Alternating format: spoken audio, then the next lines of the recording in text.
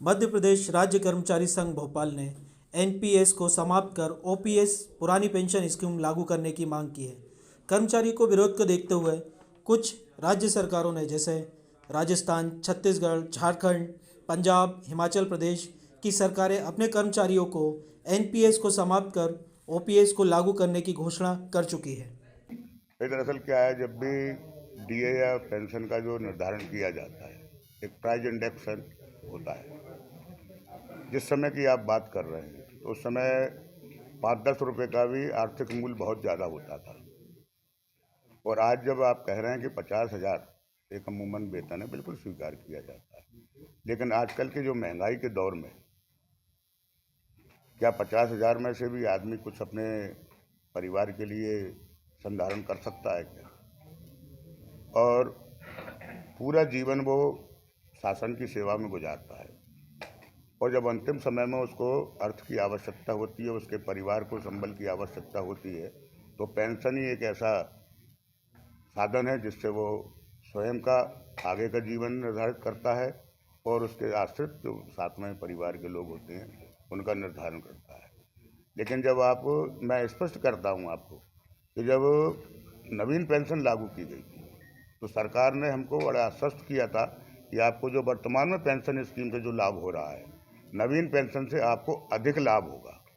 लेकिन प्रयास देखने में आ रहा है कि आप लोगों की भी जानकारी में आता रहता होगा कि वर्तमान में जो कर्मचारी सेवानिवृत्त हो रहा है, आर्थिक दुर्घटना के कारण समाप्त हो जाता है, ऐसे में उसके परिवार को 1,500, 2,000, 400, 500 रुपये की जो पेंशन प्राप्त होती है, उससे परिवार चलाने में वो असमर्थ हैं। असहाय परिवार को एक सहायता की आवश्यकता है, तो पेंशन एक हमारा बहुत जीवट साधन है। इसलिए हम चाहते हैं कि भारत सरकार को पुनः पुरानी पेंशन लागू की जानी चाहिए। हमको ये हमारी मांग है। सभी कर्मचारी को, चाहे वो डेली वेजेस हुए या जी जी जी जी, सभी कर्मचारियों के लिए।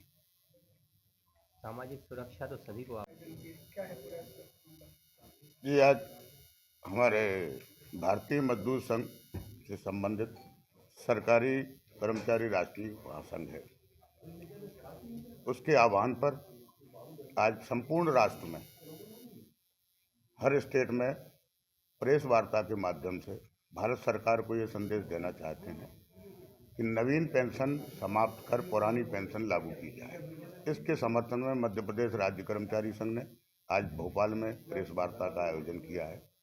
हमारी भारत सरकार से और मध्य प्रदेश शासन से दोनों से ये मांग है कि कर्मचारियों की पुरानी पेंशन बहाल की जाए। तो नवीन पेंशन जब लागू की गई थी उस समय हमें आश्वस्त किया गया था कि नवीन पेंशन आपको ज़्यादा फायदेमंद रहेगी। पेंशन हमारी सुरक्षा बीमा की गारंटी है कि हम पूरे जीवन का महत्वपूर्ण समय हम शासकीय सेवा में गुजार देते हैं और जब अंतिम समय में पेंशन ही हमारा एक सहारा होता है, हमारे परिवार का सहारा होता है। लेकिन देखने में आ रहा है कि जो नवीन पेंशन लागू की गई है उसमें किसी को 250 रुपये, किसी के 800 रुपये, किसी के 2400 रुपये से ज़्यादा पेंशन नहीं बन रही है। इससे परिवार चलाना मुश्किल है। ऐसी परिस्थितियों में शासन ने जो हमको शब्दवाक दिखाए थे और उस समय हमको आश्वस्त किया था, उस पर कुठाराघात हो रहा है।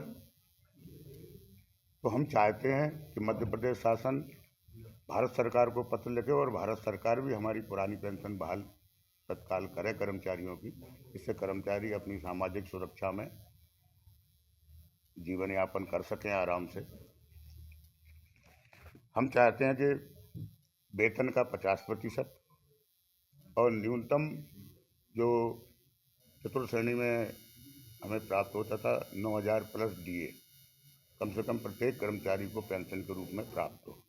इसी संबंध में आज हमने प्रेस वार्ता की थी। साथ ही आप लोगों को ज्ञात होगा कि हम मध्य प्रदेश 12 दिसंबर को हमने मध्य प्रदेश शासन से हमारी कर्मचारियों की ज्वलंत मांगों को लेकर एक धरना प्रदर्शन अम्बेडकर पार्क में किया था। मुख्य सचिव जी से हमारी चर्चा हुई थी। उस चर्चा के दौरान हमको आश्वस्त किया गया था कि आपकी कुछ मांगों को जल्दी मान लिया जाएगा। लेकिन हमारे यशस्वी मुख्यमंत्री को हम धन्यवाद देते हैं कि उन्होंने 4% डीए कर्मचारी को दिया। इसके लिए शासन को हम धन्यवाद देते हैं, उनका आभार प्रकट करते हैं। साथ में हमारी कुछ ज्वलंत मांगे हैं जिन पर हमको आश्वस्त किया गया था, लेकिन अभी तक उनके आदेश जारी नहीं किए गए हैं, जिसमें से पदोन्नति एक सबसे गंभीर मसला है हमारा। कैशलेस बीमा की मांग हमारी, इस पर सरकार पे कोई आर्थिक भार नहीं आएगा।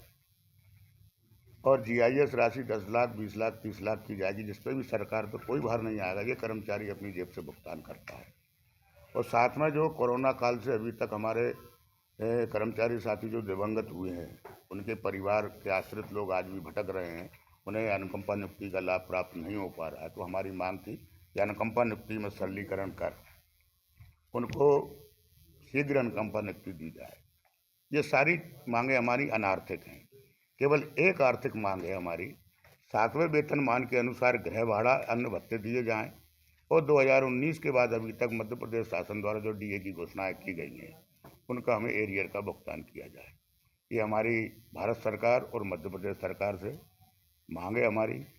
और पुरानी पेंशन बहाली के समर्थन में हमने प्रेस वार्ता की। आप सब लोग उपस्थित हुए, इसके लिए धन्यवाद। भारत माता की जय।